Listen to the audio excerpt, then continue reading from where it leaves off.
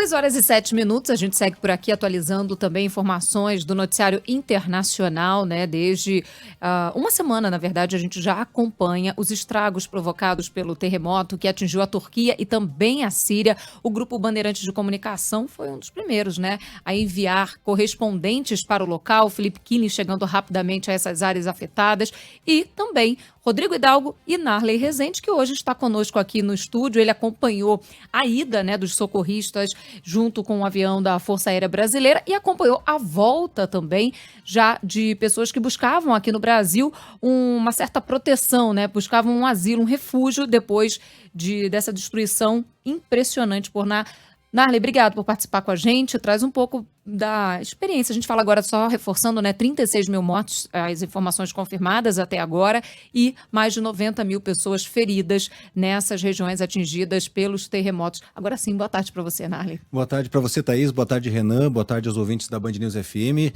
Mais brasileiros, Thaís, que queiram eventualmente ser repatriados, podem ainda procurar a Embaixada do Brasil na Turquia, ou o Ministério das Relações Exteriores, o Itamaraty, para pedir uma carona com o voo A330 da Força Aérea Brasileira, que deve retornar pelo cronograma inicial na próxima quinta-feira para Ankara, na capital do país, onde vai pegar de volta, né, a missão humanitária que foi deixada lá na região de Kahramanmaraş, que é onde está, inclusive, a outra parte da equipe da Band, né? A equipe da Band, como você mencionou, foi uma das primeiras a chegar do Brasil, né? Felipe Killing chegou antes, inclusive, Thaís, do que o próprio governo turco. Uma das primeiras pessoas com quem eu conversei quando cheguei em Ankara, capital da Turquia, foi com um homem que morava em Kahramanmaraş, e ele tinha ido já no quarto dia, né, depois do terremoto na segunda-feira, para a capital do país, junto com toda a família, para buscar abrigo, já que a cidade que ele morava ficou completamente destruída. 30 pessoas da mesma família buscando vagas em hotéis, e por um acaso a gente encontrou com ele em um desses hotéis. Ele estava naquele momento acompanhado com a mãe, o filho e a esposa. Ele contou que demorou 3 dias para chegar a primeira equipe de salvamento para poder socorrer as pessoas que ele conhecia, os parentes, enfim, as pessoas que demandavam ajuda lá naquela região. Ele usou boa parte do tempo para descrever, claro, a angústia e o terror daquele momento, mas também para reclamar da demora do governo turco em reagir, em atender tanta demanda, né? Afinal de contas, são 1.000 quilômetros quadrados de área afetada diretamente por esse terremoto terrível de 7,8 graus de magnitude na escala Richter, que destruiu quase 7 mil edifícios oficialmente, sem contar as casas do interior, porque a gente não tem nem ideia ainda da quantidade de residências menores que foram destruídas, né? Conversei com a Fernanda, ela é casada com um turco, a Fernanda Gici, ela é casada com o Mirda Gici, e tem um filho de 2 anos, o Yusuf.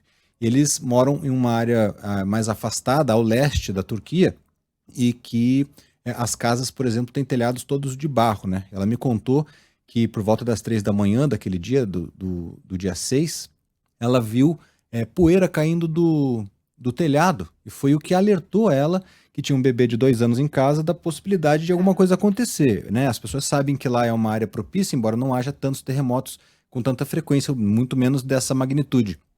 Ela ficou acordada quando o terremoto começou às 4h17.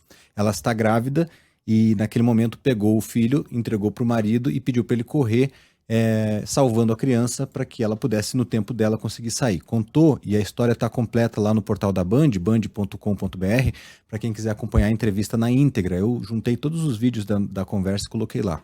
Ela contou que o chão parecia algodão, parecia chiclete, que ela não conseguia se mexer por estar grávida, por ter essa dificuldade de locomoção, e aí o marido correu. No fim, eles conseguiram se salvar, mas a casa ficou completamente destruída. E qual a dificuldade dessas equipes de resgate agora?